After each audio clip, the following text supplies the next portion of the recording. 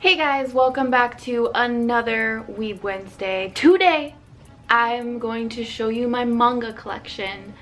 Now, be warned, there's a lot, but it's not nearly as much as it used to be.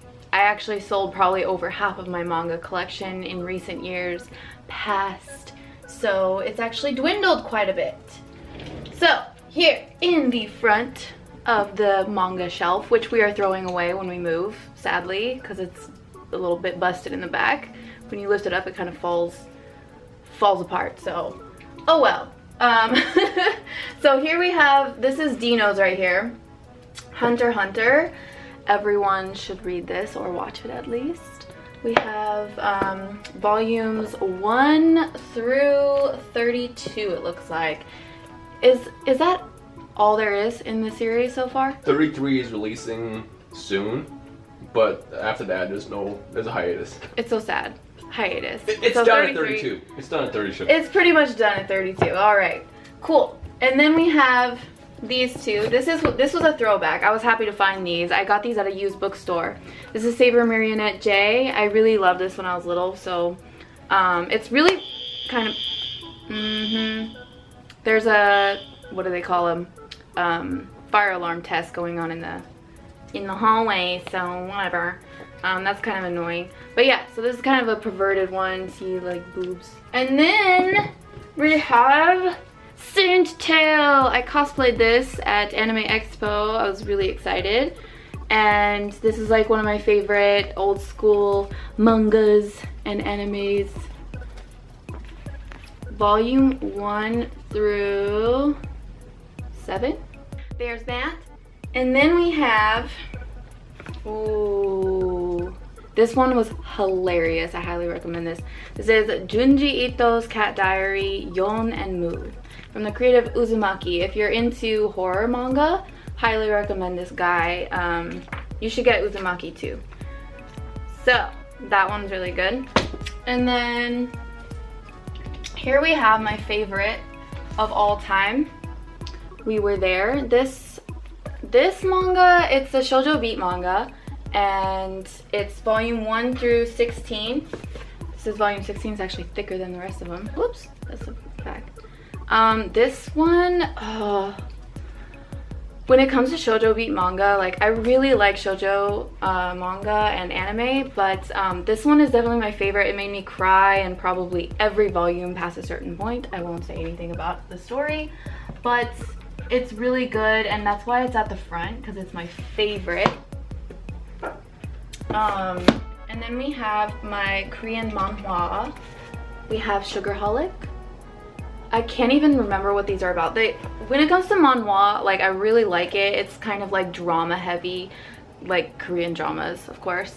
But they kind of blend together because a lot of them look very much the same to me, and they're usually about the same thing, like celebrities, K-pop idols, falling in love with nobodies. Basically, I feel like that's what they're all about. It's really weird. This one, I feel like this one is also the same thing. Chocolate. I don't know, there's no E at the end. I think this one was my favorite one out of all of them, but it's same thing, like meeting celebrities when you're like a nobody. Star Project Chiro, I only have the first volume of this one. I really liked it, but I can't find the other volumes. What is that? And then we have Very Very Sweet. I have all of these volumes. I remember really liking this one too. I really like all of these, but yes, this is a good Korean manhwa if you like that kind of thing.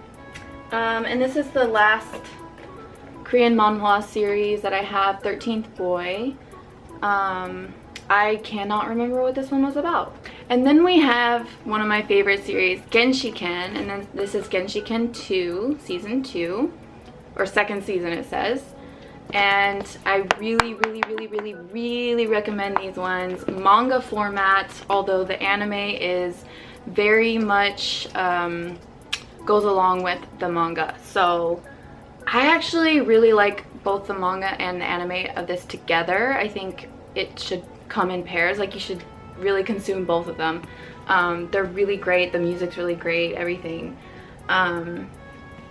I don't have the rest of the second season because I watched the second season, but I do need to buy the second season in manga format. Okay, and then I have these random like one-off ones that I don't have the rest of. We have Kon because it's by Koge-donbo. She did DG Chariot and Pita-ten, which I also have. I really love Koge-donbo's work. It's just really cute. But all her characters are pretty much the same, and her stories aren't actually like that deep. They're just really cute. So if you really like cute stuff, Koge-donbo titles are really great for that. Then I have Cheese Sweet Home. I've been meaning to get the rest of this, but it's one of those mangas that are just kind of like, they're just funny, and there's not much dialogue or anything because it's a freaking cat. It can't talk. There's also an anime to this. It's really funny, but yeah, it's colorful too. So if you like color manga, Cheese Sweet Home is a good one. And then we have My Girlfriend is a Geek. I only have volume 1 of this. I remember liking it, but not enough to really care to buy the rest of them. And then we have all the Clamp manga I currently own. XXX Holic by Clamp, as you can see. And I have volume 1 through 16 of this. I kind of stopped buying these. Just, I don't know why. I don't know. Is volume 16 the last one? I really need to update on that and probably reread this whole thing. It's really, really good. There's also an anime out of this. I really like it. It's creators of Chobits. Clamp is one of my favorite authors. It's just 4 women, and they created some of my favorite titles like Magic Knight Rayearth, Chobits, things like that, Tsubasa. I also have this one. It's kind of a newer one. It's Kobato, and these are the only 2 Clamp mangas I have right now, and it kind of shocks me because I can't believe I actually sold that much. I used to have all of Tsubasa's series, which was a ton of volumes. I can't even remember, gosh, how many that was. Magic Knight Rayearth, Clamp School Detectives, Legal Drug. Gosh, I can't remember what else, but I had a bunch of Clamp manga, and I must have sold all of them. That's so crazy to me. I'm just realizing this now. And here we have the other 2 Koge-donbo series I have. Pita-ten, this is one of my favorites. It's so pretty. The covers of Pita-ten, like, look how cute that is. I'll show you the second volume too. This is Shia from Pita-ten. This is like the cutest manga ever. Gosh, I can't even. It's just so kawaii. And then we have Kamisama Cotton. I used to have the first season of this as well. There was Kamisama Cotton. It looked totally different than this. That was the first series, and then Kamisama Cotton. I'm not sure why I sold the first season and then kept the second season. They're both like equally as good and cute. But yes, I only have the second season, volume 1 through 7. And then Pita-ten is volume 1 through 8.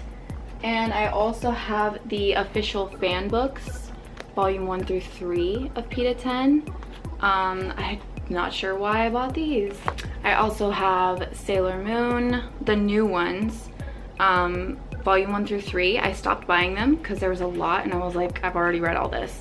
So there's that. And I also have Sailor V, volume 1 and 2. I'm not sure if it goes beyond volume 1 and 2. I don't even think I've read volume 2 yet. But Sailor Moon is one of those things where you just kind of have to have it, but maybe you don't read it all because you've already read it in the past. Yeah, that's me. And then we have Tenjo Tenge. I have volumes 1 through 15.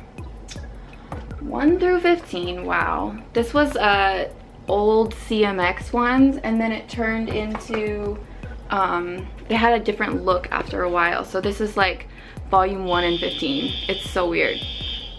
Can it not?